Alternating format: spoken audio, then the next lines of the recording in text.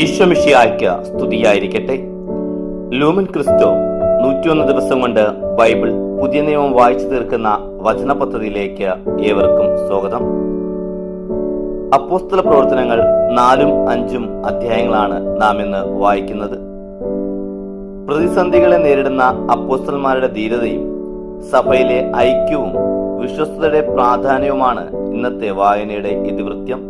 അപ്പോസ്തല പ്രവർത്തനങ്ങൾ അധ്യായം 4.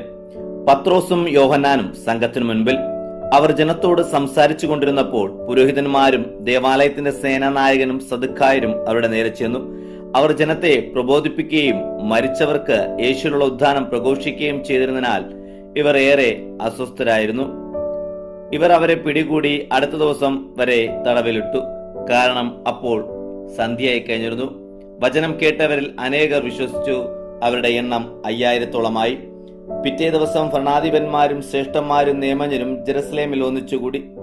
പ്രധാന പുരോഹിതനായ അന്നാസ്, കയഫാസ്, യോഹന്നാൻ, അലക്സാണ്ടർ എന്നിവരും പ്രധാന പുരോഹിത കുടുംബത്തിൽപ്പെട്ടവരും അവിടെ ഉണ്ടായിരുന്നു.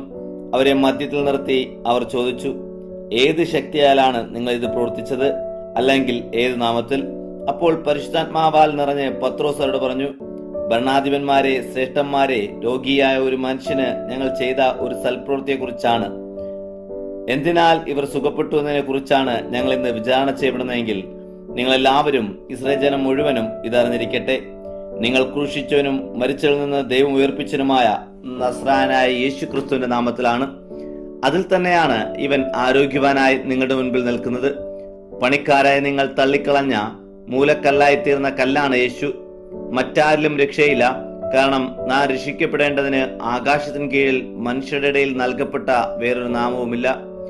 പത്രോസിന്റെയും യോഹന്നാന്റെയും ധൈര്യം കാണുകയും അവർ നിരക്ഷരായ സാധാരണ മനുഷ്യരാണെന്ന് മനസ്സിലാക്കുകയും ചെയ്തപ്പോൾ അവർ അത്ഭുതപ്പെടുകയും അവർ യേശുവിനോടൊപ്പം ഉണ്ടായിരുന്നവരാണെന്ന് ഗ്രഹിക്കുകയും ചെയ്തു.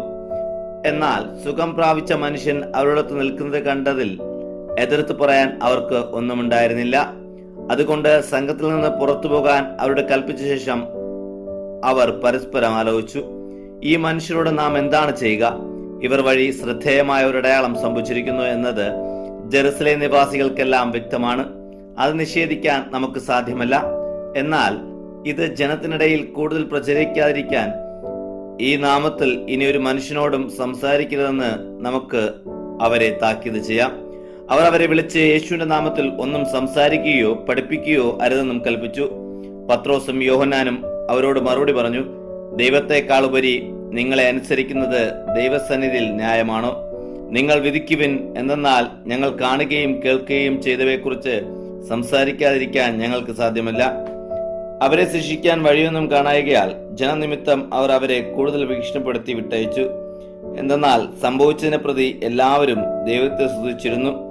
സൗഖ്യത്തിന്റെ ഈ അടയാളം സംഭവിച്ച മനുഷ്യന് 40-ലേറെ വയസ്സുണ്ടായിരുന്നു. വിശ്വാസികൾ ധൈര്യത്തിനായി പ്രാർത്ഥിക്കുന്നു. മോചിതരായ അവർ സമൂഹത്തിലെത്തി. പുരോഹിത പ്രമുഖന്മാരും ശ്രേഷ്ഠന്മാരും പറഞ്ഞ കാര്യങ്ങൾ അവരെ അറിയിച്ചു.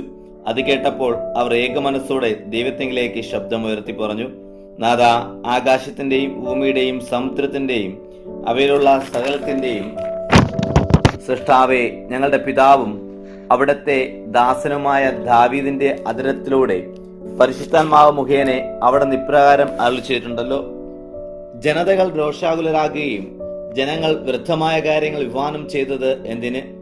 കർത്താവിനും അവിടുത്തെ അഭിഷത്തിനുമെതിരായി ഭൂമിയിലെ രാജാക്കന്മാരും ഭരണാധിപന്മാരും എഴുന്നേൽക്കുകയും ഒരുമിച്ച് കൂടുകയും ചെയ്തു. അവിടുന്ന് അഭിഷേകം ചെയ്ത അവിടുത്തെ പരിശുദ്ധനായ യേശുവിനെതിരെ ഹേരോദോസും പൊന്തിയോസ് പിലാത്തോസും ജനതകളോടും ഇസ്രായേൽ ജനങ്ങളോടൊപ്പം സത്യമായും ഈ നഗരത്തിൽ ഒരുമിച്ച് കൂടി. അവിടുത്തെ ശക്തിയും പദ്ധതിയും സംഭവിക്കുന്നതിന് മുൻകൂട്ടി നിശ്ചയിക്കുന്ന കാര്യങ്ങൾ ചെയ്യാൻ വേണ്ടിയാണത്. കർത്താവെ, അങ്ങിപ്പോൾ അവരുടെ ഭീഷണികൾ ശ്രദ്ധിക്കണമേ. അവിടുത്തെ വചനം ദാസന്മാർക്ക് ശക്തി നൽകണമേ. അവിടുത്തെ പരിശുദ്ധ ദാസനായ യേശുവിന്റെ നാമത്തിൽ സൗഖ്യവും അടയാളങ്ങളും അത്ഭുതങ്ങളും സംഭവിക്കുന്നതിന് അവിടുത്തെ കൈകൾ നീട്ടണമേ. പ്രാർത്ഥിച്ചു കഴിഞ്ഞപ്പോൾ അവർ സമ്മേളിച്ചിരുന്ന സ്ഥലം കുലുങ്ങി. അവരെല്ലാവരും പരിശുദ്ധാത്മാവിനാൽ നിറഞ്ഞ് ദൈവവചനം ധൈര്യപൂർവ്വം പ്രസംഗിച്ചു. വിശ്വാസികളുടെ കൂട്ടായ്മ. വിശ്വാസികളുടെ സംഘം ഒരു ഹൃദയവും ആത്മാവുമായിരുന്നു. ആരും തങ്ങളുടെ വസ്തുവകൾ സ്വന്തമെന്ന് അവകാശപ്പെട്ടില്ല. എല്ലാം അവർക്ക് പൊതുവായിരുന്നു. അപ്പോസ്തലന്മാർ കർത്താവായ യേശുവിന്റെ ഉദ്ധാനത്തിന് വലിയ ശക്തിയോടെ സാക്ഷി നൽകി. അവരെല്ലാവരുടെ മേൽ വലിയ കൃപ ഉണ്ടായിരുന്നു. അവരുടെ ഇടയിൽ ദരിദ്രനായി ആരും ഉണ്ടായിരുന്നില്ല. കാരണം പറമ്പിന്റെ ഉടമസ്ഥരോ വീട് സ്വന്തമായി ഇരിക്കുന്നവരോ അവ വിറ്റുകിട്ടിയ തുക കൊണ്ടുവന്ന് അപ്പോസ്തലന്മാരുടെ പാത്രത്തിൽ വെച്ചു. അത് ഓരോരുത്തർക്കും ആവശ്യമനുസരിച്ച് നൽകപ്പെട്ടു. ബർണബാസ് എന്ന അപരനാമത്തിൽ അപ്പോസ്തലന്മാർ വിളിച്ചിരുന്നവരും ഈ വാക്കിന്റെ അർത്ഥം ആശ്വാസപുത്രൻ എന്നാണ്. സൈപ്രസ് സ്വദേശിയും ലേഭായനുമായ ജോസഫ് തനിക്കുണ്ടായിരുന്ന വയൽ വിറ്റ് പണം കൊണ്ടുവന്ന് അപ്പോസ്തലന്മാരുടെ പാദത്തിൽ വെച്ചു. അപ്പോസ്തല പ്രവർത്തനങ്ങൾ 5. അനനിയാസും സഫീറായും. അനനിയാസ് എന്നു പേരുള്ള മനുഷ്യനും അവന്റെ ഭാര്യ സഫീറായുടെ അപ്പോസ്തല പ്രവർത്തനങ്ങൾ അധ്യായം 5. അനനിയാസും സഫീറായും. അനനിയാസ് എന്നു പേരുള്ള മനുഷ്യനും അവന്റെ ഭാര്യ സഫീറായും കൂടെ തങ്ങളുടെ പറമ്പ് വിറ്റു. വലിയൊരു ഭാഗം അവൻ ഭാര്യയുടെ അറിവോട് മാറ്റിവെച്ചു. വാക്കി കൊണ്ടുവന്ന് അവൻ അപ്പോസ്തലന്മാരുടെ പാദത്തിൽ വെച്ചു. പത്രോസ് ചോദിച്ചു, അനനിയാസെ, പരിശുദ്ധാത്മാവിനോട് കള്ളം പറയാനും പറമ്പിന്റെ വിലയുടെ ഒരംശം മാറ്റിവെക്കാനും സാത്താൻ നിന്റെ ഹൃദയം നിറച്ചതെന്ത്? അതുണ്ടായിരുന്നപ്പോൾ നിന്റേതായിരുന്നില്ലേ? വിറ്റപ്പോഴും നിന്റെ അധീനയിലായിരുന്നില്ലേ? എന്തുകൊണ്ട് ഈ പ്രവൃത്തി നിന്റെ ഹൃദയത്തിൽ നിന്ന് നീ നിരൂപിച്ചു? നീ വ്യാജം പറഞ്ഞത് മനുഷ്യനോടല്ല, ദൈവത്തോടാണ്. ഈ വാക്കുകൾ കേട്ട ഉടനെ അനനിയാസ് നിലത്തു വീണു മരിച്ചു. ഇത് കേട്ടവരെല്ലാം വലിയ ഭയം ഗ്രസിച്ചു. ചെറുപ്പക്കാർ എഴുന്നേറ്റ് അവനെ പൊതിഞ്ഞ് പുറത്തു കൊണ്ടുപോയി സംസ്കരിച്ചു. നടന്നതൊന്നും അറിയാതെ ഏകദേശം 3 മണിക്കൂർ കഴിഞ്ഞ് അവന്റെ ഭാര്യയും വന്നു. പത്രോസ് അവളോട് ചോദിച്ചു, ഈ തുകയ്ക്ക് തന്നെയാണോ നിങ്ങൾ പറമ്പ് വിറ്റത് എന്ന് എന്നോട് പറയുക. അവൾ പറഞ്ഞു, അതെ, ഈ തുകയ്ക്ക് തന്നെ. അപ്പോൾ പത്രോസ് അവളോട് പറഞ്ഞു, കർത്താവിന്റെ ആത്മാവിനെ പരീക്ഷിക്കാൻ നിങ്ങൾ തമ്മിൽ സംഭവിച്ചതെന്ത്? ഇതാ നിന്റെ ഭർത്താവിനെ സംസ്കരിച്ചുടെ പാദങ്ങൾ വാതിലിന് പുറത്ത്. അവർ നിന്നെയും കൊണ്ടുപോകും. തൽക്ഷണം അവൾ അവന്റെ കാൽക്കൽ വീണ് മരിച്ചു. ചെറുപ്പക്കാർ അകത്ത് പ്രവേശിച്ചപ്പോൾ അവളെ മരിച്ച നിലയിൽ കാണുകയും എടുത്തുകൊണ്ടുപോയി ഭർത്താവിന് സമീപം സംസ്കരിക്കുകയും ചെയ്തു. സഭ മുഴുവനിലും ഇത് കേട്ട എല്ലാവരിലും വലിയ ഭയമുണ്ടായി. അത്ഭുതങ്ങളും അടയാളങ്ങളും. അപ്പോസ്തലന്മാരുടെ കരങ്ങൾ വഴി ജനമധ്യത്തിൽ വളരെയധികം അടയാളങ്ങളും അത്ഭുതങ്ങളും സംഭവിച്ചുകൊണ്ടിരുന്നു. അവരെല്ലാവരും ഏകമനസ്സോടെ സോളമന്റെ മണ്ഡപത്തിലായിരുന്നു. ശേഷിച്ചവരിൽ ആരും അവരോട് ചേരാൻ ധൈര്യപ്പെട്ടില്ല. എന്നാൽ ജനം അവരെ ബഹുമാനിച്ചു പോന്നു.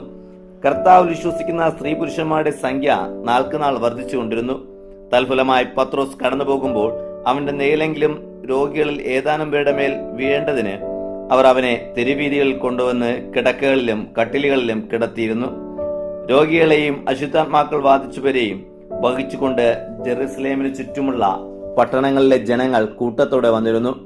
അവരെല്ലാവരെയും അവൻ സുഖപ്പെടുത്തി. കാരാഗ്രഹത്തിൽ നിന്ന് മോചനം. എന്നാൽ പ്രധാന പുരോഹിതനും അവനോട് ചേർന്ന് നിന്നിരുന്ന സദുക്കായ വിഭാഗത്തിൽപ്പെട്ട എല്ലാവരും അസൂയ നിറഞ്ഞ് അപ്പോസ്തലന്മാരെ പിടിച്ച് പൊതു കാരാഗ്രഹത്തിലടച്ചു. രാത്രി കർത്താവിന്റെ ദൂതൻ കാരാഗ്രഹവാതിലുകൾ തുറന്ന് അവരെ പുറത്തു കൊണ്ടുവന്ന് അവരോട് പറഞ്ഞു, നിങ്ങൾ പോയി ദേവാലയത്തിൽ നിന്നുകൊണ്ട് ജനത്തെ ഈ ജീവന്റെ വചനങ്ങളെല്ലാം അറിയിക്കുക. സംഘത്തിന്റെ മുൻപിൽ അവർ ഇത് കേട്ട് പ്രഭാതമായപ്പോൾ ദേവാലയത്തിൽ പ്രവേശിച്ച് പഠിപ്പിച്ചു കൊണ്ടിരുന്നു. പ്രധാന പുരോഹിതനും അവനോട് കൂടെ ഉണ്ടായിരുന്നവരും ഒന്നിച്ചുകൂടി ന്യായാധിപ സംഘത്തെയും ഇസ്രായേൽ മക്കളുടെ മുഴുവൻ പ്രതിസംഘത്തെയും വിളിച്ചുകൂട്ടുകയും തടവുകാരെ കൊണ്ടുവരാൻ ആളയക്കുകയും ചെയ്തു. ആ സേവകർ ചെന്നപ്പോൾ അവരെ കാരാഗ്രഹത്തിൽ കണ്ടില്ല. അവർ തിരിച്ചു ചെന്ന് വിവരം അറിയിച്ചു. കാരാഗ്രഹം എല്ലാവിധത്തിലും ഭദ്രമായി ബന്ധിക്കപ്പെട്ടിരിക്കുന്നതും വാതിൽക്കൽ കാവൽക്കാർ നിൽക്കുന്നതും ഞങ്ങൾ കണ്ടു. എന്നാൽ വാതിൽ തുറന്നപ്പോൾ അകത്താരെയും കണ്ടില്ല. ഈ വാക്കുകൾ കേട്ടപ്പോൾ ദേവാലയ സേനാധിപനും പ്രധാന പുരോഹിതന്മാരും ഇനി പര്യവസാനം എന്തായിരിക്കുമെന്ന് അവരെപ്പറ്റി സംഭ്രാന്തരായി. അപ്പോൾ ഒരാൾ വന്ന് അവരെ അറിയിച്ചു, ഇതാ നിങ്ങൾ കാരാഗ്രഹത്തിലടച്ച മനുഷ്യൻ ദേവാലയത്തിൽ നിന്ന് ജനത്തെ പഠിപ്പിക്കുന്നു. അപ്പോൾ സേനാധിപൻ സേവരോട് ചെന്ന് ബലപ്രയോഗം കൂടാതെ തന്നെ അവരെ കൂട്ടിക്കൊണ്ടുവന്നു. കാരണം ജനം തങ്ങളെ കല്ലെറിഞ്ഞിരിക്കുമോ എന്നോ അവർ ഭയപ്പെട്ടിരുന്നു. അവർ അവരെ കൊണ്ടുവന്ന് ന്യായാധിപ സംഘത്തിന് മുമ്പിൽ നിർത്തി. പ്രധാന പുരോഹിതൻ അവരെ ചോദ്യം ചെയ്തു, ഈ നാമത്തിൽ പഠിപ്പിക്കരുതെന്ന് ഞങ്ങൾ കർശനമായി കൽപ്പിച്ചിരുന്നല്ലോ. എന്നിട്ടും നിങ്ങൾ നിങ്ങളുടെ പ്രബോധനം കൊണ്ട് ജെറുസലേം നിറച്ചിരിക്കുന്നു. ഈ മനുഷ്യന്റെ രക്തം ഞങ്ങളുടെ മേൽ കൊണ്ടുവരാൻ നിങ്ങൾ ഉറച്ചിരിക്കുകയും ചെയ്യുന്നു. പത്രോസും അപ്പോസ്തലന്മാരും പ്രതിവചിച്ചു, മനുഷ്യരെക്കാളും ഉപരി ദൈവത്തെയാണ് അനുസരിക്കേണ്ടത്. നിങ്ങൾ മരത്തിൽ തൂക്കിക്കൊന്ന നസ്രായനായ യേശുവിനെ നമ്മുടെ പിതാക്കന്മാരുടെ ദൈവം ഉയർപ്പിച്ചു. ഇസ്രായേലിന് മാനസാന്തരവും പാവമോചനവും നൽകാൻ ദൈവം അവനെ നായകനും രക്ഷകനുമായി തന്റെ വലത്തുഭാഗത്തേക്ക് ഉയർത്തി. ഈ കാര്യങ്ങൾക്ക് ഞങ്ങൾ സാക്ഷികളാണ്. തന്നെ അനുസരിക്കുന്നവർക്ക് ദൈവം നൽകിയ പരിശുദ്ധാത്മാവ് സാക്ഷിയാണ്. ഗമാലിയേൽ ഇടപെടുന്നു. ഇത് കേട്ടപ്പോൾ അവർ ശുഭിതരാകുകയും അവരെ വധിക്കാൻ ഉറക്കുകയും ചെയ്തു.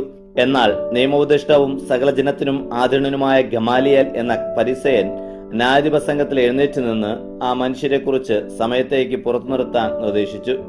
അനന്തരം അവൻ അവരോട് പറഞ്ഞു, ഇസ്രായേലരെ, ഈ മനുഷ്യരോട് നിങ്ങൾ എന്ത് ചെയ്യാൻ പോകുന്നുവെന്ന് സൂക്ഷിച്ചു വേണം. എന്തെന്നാൽ ഈ നാളുകൾക്ക് മുമ്പ് താൻ ആരോ ആണെന്ന് പറഞ്ഞ് തെവുദാസ് രംഗപ്രവേശനം ചെയ്തു. ഏകദേശം 400 പേർ അവന്റെ കൂടെ ചേർന്നു. എന്നാൽ അവൻ വധിക്കപ്പെടുകയും അവനെ അനുസരിച്ചിരുന്നവരൊക്കെയും ചിതറുകയും നാമവിശേഷമാകുകയും ചെയ്തു. അനന്തരം ഖാനേഷ്മാരുടെ കാലത്ത് ഗലീലക്കാരനായ യൂദാസ് പ്രത്യക്ഷപ്പെട്ട് കുറെ പേരെ വഴിതെറ്റിച്ച് തന്റെ പിന്നാലെയാക്കി. അവനും നശിച്ചുപോയി. അവനെ അനുസരിക്കുന്നവരൊക്കെയും ചിതറിപ്പോവുകയും ചെയ്തു. ഇക്കാര്യത്തിൽ ഞാൻ നിങ്ങളോട് പറയുന്നു, ഈ മനുഷ്യരിൽ നിന്ന് അകന്നു നിൽക്കുക, അവരെ തനിയെ വിട്ടയക്കുക. കാരണം ഈ പദ്ധതിയും ഈ പ്രവർത്തനവും മനുഷ്യരിൽ നിന്നാണെങ്കിൽ അത് താനെ നശിക്കും. മറിച്ച് ദൈവത്തിൽ നിന്നാണെങ്കിൽ അവരെ നശിപ്പിക്കാൻ നിങ്ങൾക്ക് സാധിക്കുകയില്ല. മാത്രമല്ല, ദൈവത്തെ എതിർക്കുന്നവരായി നിങ്ങളെ കാണുകയും ചെയ്യും. അവർ അവനെ അനുസരിച്ചു. അവർ അപ്പോസ്തലന്മാരെ വിളിച്ചു വരുത്തി പ്രഹരിച്ച ശേഷം യേശുവിന്റെ നാമത്തിൽ സംസാരിച്ചു പോകരുതെന്ന് കൽപ്പിച്ചിട്ട് വിട്ടയച്ചു. അവരാകട്ടെ യേശുവിന്റെ നാമത്തെ പ്രതി അവമാനിതരാകാൻ യോഗ്യത ലഭിച്ചതിൽ സന്തോഷിച്ചുകൊണ്ട് ന്യായാധിപ സംഘത്തിന് മുമ്പിൽ നിന്ന് പുറത്തുപോയി. എല്ലാ ദിവസവും ദേവാലയത്തിലും ഭവനം തോറും യേശുവാണ് ക്രിസ്തുവെന്ന് പഠിപ്പിക്കുന്നതിലും സുവിശേഷം അറിയിക്കുന്നതിലും നിന്ന് അവൻ വിരമിച്ചിട്ടില്ല. യേശുവേ സ്തോത്ര, യേശു ആരാധന, ആരാധന, ആരാധന. ഇന്നത്തെ വായന ഇവിടെ അവസാനിക്കുമ്പോൾ മനുഷ്യരെക്കാൾ ദൈവത്തെ അനുസരിക്കാൻ അപ്പോസ്തലന്മാർ കാണിച്ച ധൈര്യം നമുക്കും മാതൃകയാകട്ടെ. പ്രതികൂല സാഹചര്യങ്ങളിലും സത്യത്തിൽ ഉറച്ചു നിൽക്കാൻ നമുക്ക് പ്രാർത്ഥിക്കാം.